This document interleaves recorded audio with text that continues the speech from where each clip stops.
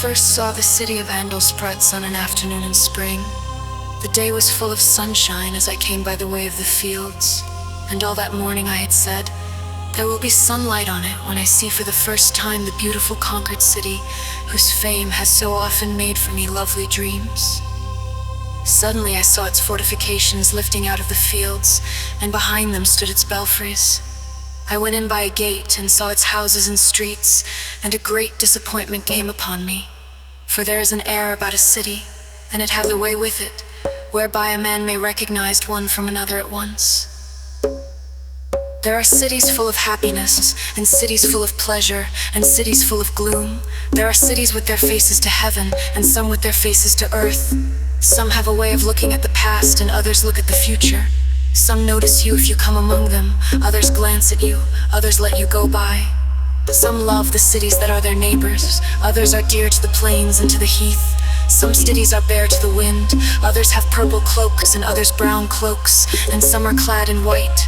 Some tell the old tale of their infancy, with others it is a secret. Some cities sing and some mutter, some are angry and some have broken hearts, and each city has her way of greeting time. I had said, I will see Andelsprats arrogant with her beauty, and I had said, I will see her weeping over her conquest. I had said, she will sing songs to me, and she will be reticent, she will be all robed, and she will be bare but splendid.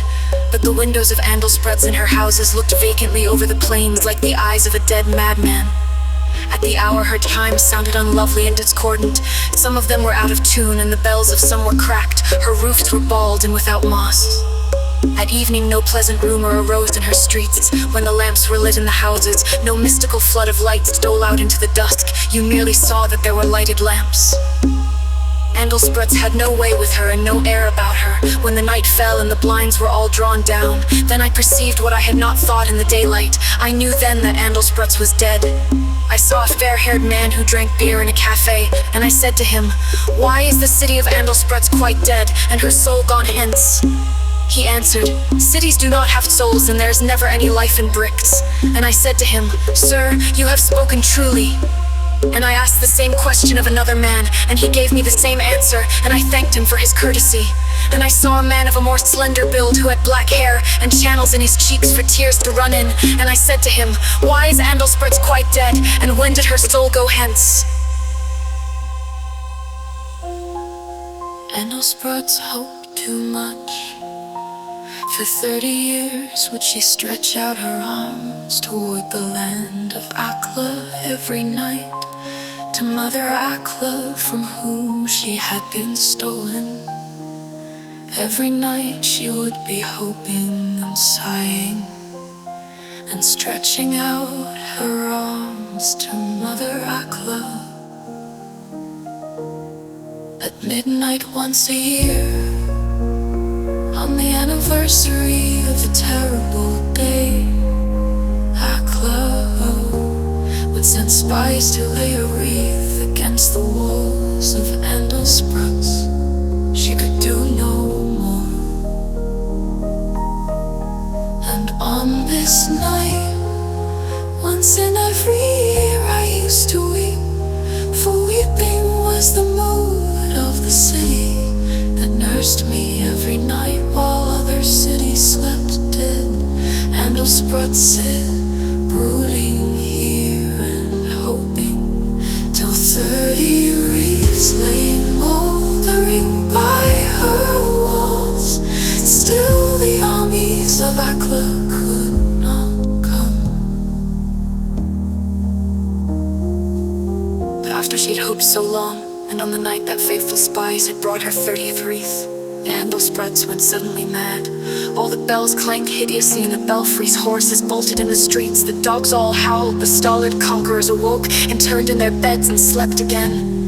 And I saw the grey shadowy form of Andelsprats rise up, decking her hair with the phantasms of cathedrals, and stride away from her city. And the great shadowy form that was the soul of the Andelsprats went away muttering to the mountains, and there I followed her, for had she not been my nurse. Yes, I went away alone into the mountains, and for 3 days, wrapped in a cloak, I slept in their misty solitudes. I had no food to eat, and to drink I had only the water of the mountain streams. By day no living thing was near to me, and I heard nothing but the noise of the wind and the mountain streams roaring. But for 3 nights I heard all round me on the mountain the sounds of a great city.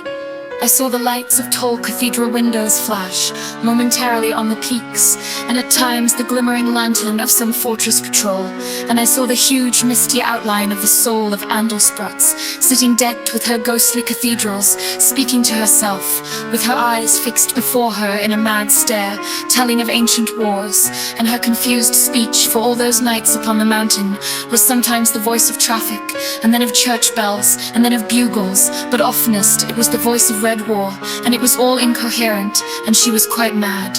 The 3rd night it rained heavily all night long, but I stayed up there to watch the soul of my native city, and she still sat staring straight before her, raving, but her voice was gentler now. There were more chimes in it, an occasional song. Midnight passed, and the rain still swept down on me, and still the solitudes of the mountain were full of the mutterings of the poor mad city. And the hours after midnight came, the cold hours wherein sick men die. Suddenly I was aware of great shapes moving in the rain, and heard the sound of voices that were not of my city, nor yet of any that I ever knew. And presently I discerned, though faintly, the souls of a great concourse of cities, all bending over Andalsprats and comforting her. And the ravines of the mountains roared that night with the voices of cities that had lain still for centuries. For there came the soul of Camelot, that had so long ago forsaken Usk, and there was Ilion, all girt with towers, still cursing the sweet face of ruinous Helen. I saw there Babylon and Persepolis, and the bearded face of bull-like Nineveh, and Athens mourning her immortal gods. All these souls of cities that were dead spoke that night on the mountain to my city, and soothed her, until at last she muttered of war no longer, and her eyes stared wildly no more, but she hid her face in her hands, and for some while wept softly. At last she arose, and walking slowly, and with bended head, and leaning upon Ilion and Carthage, went mournfully eastwards, and the dust of her highways swelled behind her as she went, a ghostly dust that never turned to mud in all that drenching rain. And so the souls of the cities led her away, and gradually they disappeared from the mountain, and the ancient voices died away in the distance.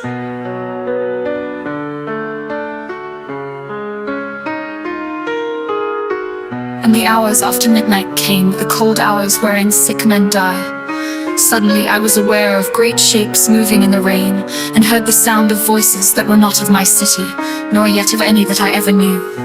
And presently I discerned, though faintly, the souls of a great concourse of cities, all bending over Andalsprats and comforting her, and the ravines of the mountains roared that night with the voices of cities that were not of my city. He said that he was lost once in a place where there was no water, and he heard the sound of voices that were not of my city, nor yet of any that I ever knew. And presently I discerned, though were faintly, the souls of a great concourse of cities, all bending over Andalsprats and comforting her, and the ravines of the mountains roared that night with the voices of cities that had laid.